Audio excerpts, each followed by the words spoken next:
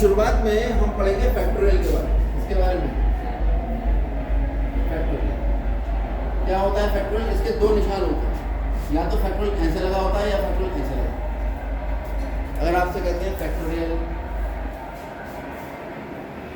x तो इसको हम ऐसे लिखते हैं, या तो फैक्टोरियल ऐसे लिखेंगे या x फैक्टोरियल ऐसे।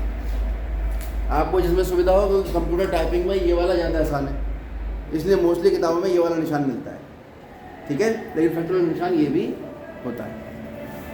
अब ये फैक्टोरियल होता क्या है? जैसे अगर मैं 5 का फैक्टोरियल निकालूंगा तो 5 से शुरू करो और 1 तक गुणा करते चले जाओ। ये होता है फैक्टोरियल का मतलब। समझ में आ गया सबको? अगर मान लीजिए n का फैक्टोरियल निकालूंगा तो क्या होगा? n से शुरू करेंगे, n-1, n-2, जाते जाएंगे, कम करते जाएंगे, करते जाएंगे, लास्ट में आएगा 3, फिर आएगा 2, फिर आएगा 1। यहां से ब्रैकेट लगा दूं तो जैसे ब्रैकेट लगाया, ये कहां से गुणा शुरू हुई? n-1 से। कहां तक जा रही गुणा होते हुए? 1। जब भी किसी संख्या से गुणा कम होते होते 1 तक चली जाए वो फैक्टोरियल हो जाता है। तो अगर n को छोड़कर n-1 से हम देख रहा हूं, इसको क्या लिख सकते हैं?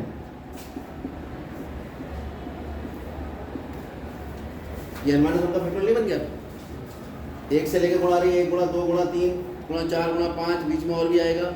कहाँ आया? n-2 कहाँ आया? n-1। तो n-1 की गुणा एक एक घटते हुए क्रम में कहाँ तक जा रही है? 1 तक। तो ये कितना बन गया? n-1, यानी फैक्टोरियल n को मैं लिख सकता हूँ n इंटू फैक्टोरियल n-1। ये बहुत इंपॉर्टेंट बात है। ऐसे ही n-1 फैक्टोरियल को अगर मैं चाहूँ तो लिख सकता हूँ n-1 गुणा n-2 फैक्टोरियल। क्यों नहीं लिख सकता? नहीं समझ में आएगा? चलो अभी समझ में आया। ये क्या लिखा है? 5 फैक्टोरियल लिखा है। 5 गुणा 4 गुणा 3 गुणा 2 गुणा 1। तो ऐसा करो, यहाँ से अगर मैं ब्रैकेट लगाऊं तो मैं देख रहा हूँ 5 गुणा 4 फैक्टोरियल हो गए, नहीं हो गए? कितना होगा 4 फैक्टोरियल बताओ? 4 से शुरू करो, तो 4 से शुरू करो, 1 तक गुणा जा रही है, इसको क्या लिख सकते हैं? 4 फैक्टोरियल। अच्छा, 4 फैक्टोरियल अगर लिखेंगे तो वो कितना हो जाएगा? 4 गुणा 3 गुणा 2 गुणा 1 कितना हो गया? 4 गुणा 3 फैक्टोरियल। 3 से लेकर जब मैं 4 को ये कह रहा हूँ तो फिर मैं 5 फैक्टोरियल को भी देख सकता हूँ, 5 गुणा 4 गुणा 3 फैक्टोरियल। और मैं इसे ये भी कह सकता हूँ 5 फैक्टोरियल को 5 गुणा 4 गुणा 3 गुणा 2 फैक्टोरियल। क्यों? फिर मैं 6 को भी कह सकता हूँ 6 फैक्टोरियल बराबर कितना होगा? 6 गुणा 5 फैक्टोरियल। यानी जहाँ पर भी मैं रुकना चाहता हूँ वहाँ पर मैं रुक सकता हूँ। तो यहाँ पर किसी संख्या के फैक्टोरियल से अगर हम शुरू करते हैं, वो संख्या गुणा उससे एक कम संख्या का फैक्टोरियल। n से कम क्या होगा? n-1 ही तो होगा। n-1 से कम क्या होगा? क्रम में n-2 होगा। n-2 से कम क्या होगा? n-3 हो सकता है। मैं इसे ये भी लिखना चाहता हूँ फैक्टोरियल n बराबर n into n-1 into n-2 into n-3 into आवश्यकता के अनुसार काम। कहीं पर ये भी लिखा होगा 2n फैक्टोरियल, इसका मतलब 2n into 2n-1 into 2n-2 factorial. ये हो सकता है 2n-2 into 2n-3 factorial. Clear हो गई बात? अच्छा, फैक्टोरियल 0 और फैक्टोरियल 1 दोनों का मान एक होता है, हमेशा याद रखना। फैक्टोरियल 0 का मान भी 1 होगा और फैक्टोरियल 1 का मान भी। ठीक? n वस्तुओं में से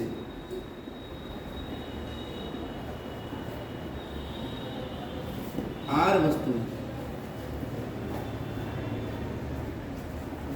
चुनने पर बने क्रमचय। ये जो शब्दावली है, n वस्तुओं में से r वस्तुएं चुनने पर बने क्रमचय, जैसे मैंने अभी कहा था ABC 3 अक्षर है, उसमें 2 अक्षर चुन के आप कितने बना सकते हो? 3 अक्षर है मेरे पास ABC। इससे कितने क्रमचय बन सकते हैं? AB, BC, CA, AC, CB और BA। क्योंकि AB अलग होगा और BA अलग होगा, BC अलग होगा, CB अलग होगा, CA अलग होगा, CB। कितने क्रमचय बने? इनका नाम ही क्रमचय रख दिया। संख्या चुनने का प्रकार दूसरे शब्दों में, n में से r वस्तुएं चुनने के प्रकार या प्रकारों की संख्या। अरे प्रकारों की संख्या कहेंगे बड़ा अजीब लगेगा, ठीक है। तो n वस्तुओं में से r वस्तुएं चुनने पर बने क्रमचय होंगे NP, इस तरह से लिखेंगे NP, ठीक है। आगे देखो, n वस्तुओं में से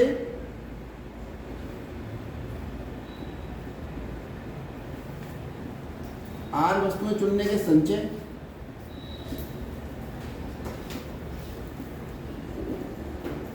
संचय की संख्या हो जाएगी NCR। बस पूरा खेल NPR और NCR पर ही चले। पूरी मैथमेटिक्स आपकी जो 11th क्लास की है, आने वाली 2 पार्ट और एक प्रायिकता वाला पार्ट है लास्ट में, वो पूरा NPR और NCR पर ही चले। अब NPR क्या होता है? n ऊपर लिखते हैं, r नीचे लिखते हैं। इसका मतलब है n वस्तुओं में से कितनी वस्तुएं चुन रहे हैं और कैसे चुन रहे हैं? क्रम से। कैसे चुन रहे हैं? क्रम से। कितना आएगा? फॉर्मूला याद करिए।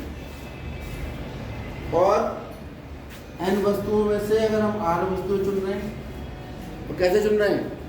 क्रम से। तो कम होंगे या ज़्यादा? सीधे बैठो, कम होंगे या ज़्यादा? अच्छा, अगर मैं यहाँ क्रम का ध्यान नहीं रखता तो कौन कौन से 3 में से 2 अगर मैं अक्षर चुन रहा होता तो क्या चुन के आता? AB, BC और C।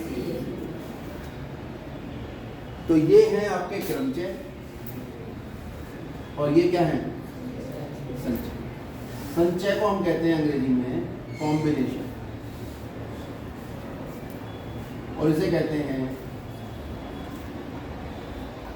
परम्यूटेशन। इसलिए चैप्टर का नाम ये भी है P and C। P and C भी कहते हैं, परम्यूटेशन एंड कॉम्बिनेशन। अब क्रमचय ज़्यादा है या संचय ज़्यादा है? क्रमचय ज़्यादा है और संचय कम है। ये फॉर्मूला याद रखने का तरीका बता रहा हूँ। तो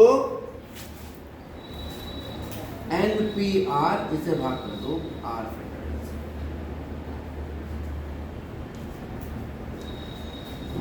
जो हमारे पास संचय होते हैं वो NPR बटे R। NPR का मान क्या है? लगा दो तो आपके पास NCR का फाइनल फार्मूला आ जाएगा। क्या? Factorial N upon R factorial गुणा N माइनस R। यह है आपका संचय का फार्मूला और ये है आपका क्रमचय। आपसे कोई कहे क्रमचय और संचय में संबंध स्थापित करो तो NPR ऊपर आएगा, यानी गुणा में नहीं आएगा, यहाँ आता है NPR बराबर NCR गुणा फैक्टोरियल। लिख दीजिए क्रमचय तथा संचय में संबंध।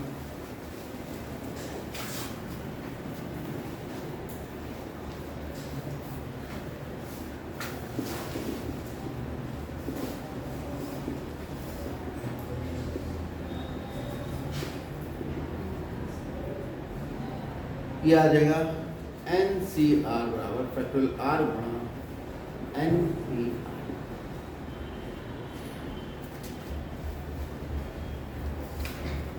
इसके बाद सबसे पहला फार्मूला फटाफट नोट करो, कितनी देर का लगा रहे हो? सोचने का समय कहाँ है?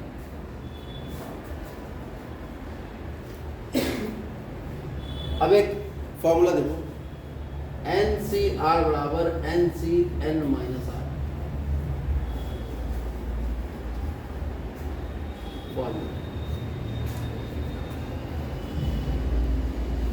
हाथ रखो, फिर अभी लिखने देंगे। देखो इधर देखो ध्यान से। NCR बराबर NCN माइनस R, ये सिद्ध करने जा रहे हैं। देखिए NCN माइनस R का मान अगर हम निकालेंगे, अब R का काम कौन कर रहा है? R का काम कौन कर रहा है यहाँ पे? N minus R। क्या था फार्मूला NCR का? जो ऊपर लिखा है उसका फैक्टोरियल बटे जो नीचे है R लिखा था तो R का फैक्टोरियल आया था। अब यहाँ आएगा किसका फैक्टोरियल? N minus R। और ब्रैकेट में आगे क्या आया था? N minus R। ऊपर से नीचे वाला घटा दिया तो N में से घटा दोगे क्या? N minus. और इस पर क्या लग जाएगा? कितना आ गया?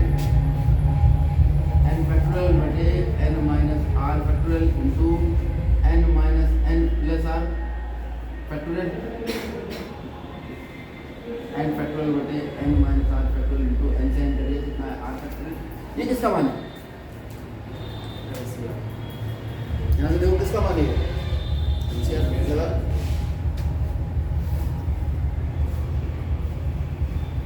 या पलट के लिख लो इसको। बहुत यूज है इस फॉर्मूले का, ये आपको 2 नंबर तो 100% हर साल दिलाते हैं। NCR बराबर NCN माइनस।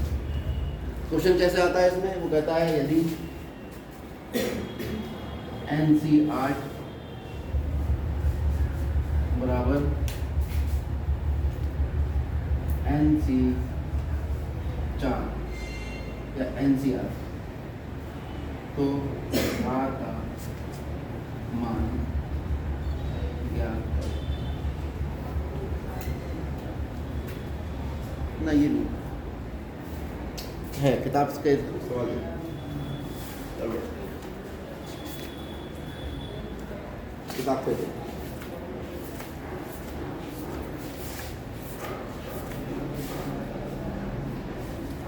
हाँ सही है। NC8 बराबर NC2 तो NC2 ज्ञात कीजिए।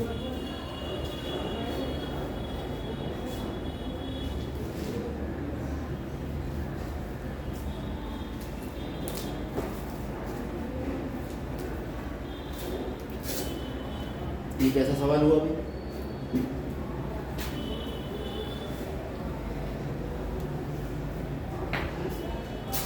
तो इस क्वेश्चन में हमें दिया है NC8 बराबर NC2। क्या ऐसा संभव है कि दो चीजें बराबर भी हैं?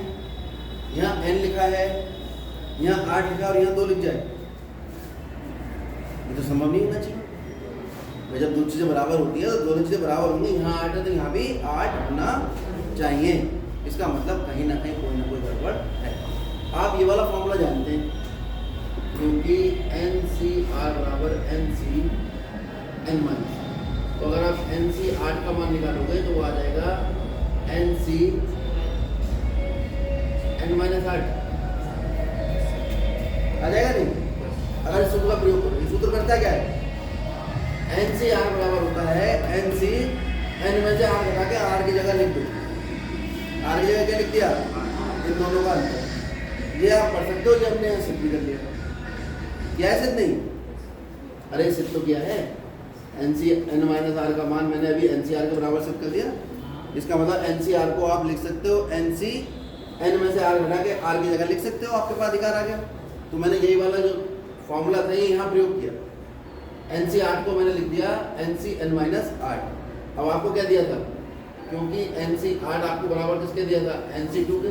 और NC8 किसके बराबर है? NCN माइनस 8 के।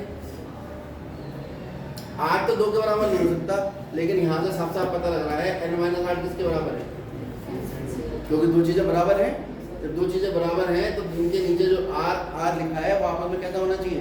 बराबर होना चाहिए। ये तो बराबर नहीं है। तो मैंने NCR बराबर NCN माइनस 8 का फॉर्मूला लगाकर इस NC8 की जगह NCN माइनस 8 लिख दिया। अब तो बराबर कर सकते हैं।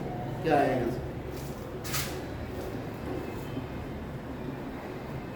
n का मान कितना आ गया? कितना आया n का मान? आपको किसका मान निकालना है? NC2। तो NC2 का मतलब हुआ 10C2 का मान कैसे निकलेगा? कोई फॉर्मूला लगाओ। फैक्टोरियल 10 बटे 2 फैक्टोरियल। याद आया कुछ? 10 माइनस 2 फैक्टोरियल है ये फॉर्मूला? नहीं, NCR का फॉर्मूला ऊपर वाला का फैक्टोरियल, नीचे वाले का फैक्टोरियल और ऊपर में से नीचे वाला माइनस करके उसका। कोई दिक्कत तो नहीं है इसमें? ये कितना हो गया? 10 फैक्टोरियल 2 फैक्टोरियल। ये कितना हुआ? 8। अब देखो समझदारी कैसे दिखाई जाएगी। आप इसे लिखेंगे 10 गुणा 9 गुणा 8 फैक्टोरियल पे रुक जाइए क्योंकि यहाँ पर नीचे 8 फैक्टोरियल लिखा है। 8 से 8 और 2 फैक्टोरियल का मान लगा दो। 2 पंजे 10 कितना आ गया? 9 पंजे। ये NC2 क्लियर हो गई बात? अब बता लें।